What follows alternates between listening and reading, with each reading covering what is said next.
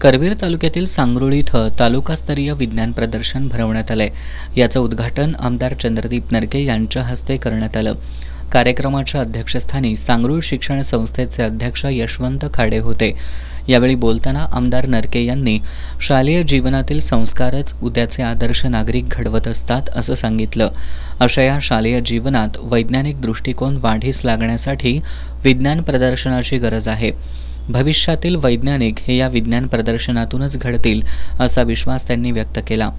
मिळवलेलं ज्ञान कुणालाही काढून घेता येणार नाही, म्हणूनच विद्यार्थ्यांनी प्रामाणिकपणे ज्ञानार्जन करून आपली ज्ञानसंपत्ती वृद्धिंगत करावी असं आवाहन नरके यांनी यावेळी केलं। यावेळी सांगरुळ हायस्कूल आणि ज्युनियर कॉलेजचे प्राचार्य SM नाळे यांनी विज्ञान प्रदर्शनातून आजच्या युवकांनी प्रेरणा घेण्याची गरज व्यक्त केली। करवीरचे गटशिक्षण अधिकारी समरजित पाटील यांनी या विज्ञान प्रदर्शनात 222 उपकरणांचा समावेश असल्याचं सांगून विज्ञान प्रदर्शनात मिळालेलं ज्ञान आत्मसात करून त्याचा व्यवहारात उपयोग करावा असं आवाहन केलं।